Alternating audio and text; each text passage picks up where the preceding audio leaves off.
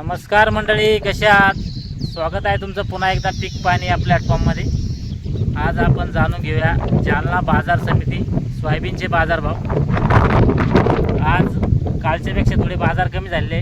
काल ज्या सोयाबीनी समजा आपल्या 7150 विकल्या, त्यामध्ये आज ज्या सोयाबीनी आपल्या कमी विकले आणि आवक पण कमी आहे बाजार समितीमध्ये. बियाण्याचे जे सोयाबीन आहे महामंडळचे ते आज 75 विकले 7500. आणि जे ग्रीन गोल्ड माल आहे बियाण्यासाठी ज्याची खरेदी झाली तो विकला 7500 ते 7800 दरम्यान. व खालचे भाव समजा एकदम हलक्या मालाचे 6500 जर दगड माती जर असेल डागी माल. आणि जे रेग्युलर माल होते ते विकले आपले 7100. म्हणजे कालच्यापेक्षा 50 रुपयानं घसरण झाली. काल तर बाजार समिती बंद होती परवा दिवशीपेक्षा.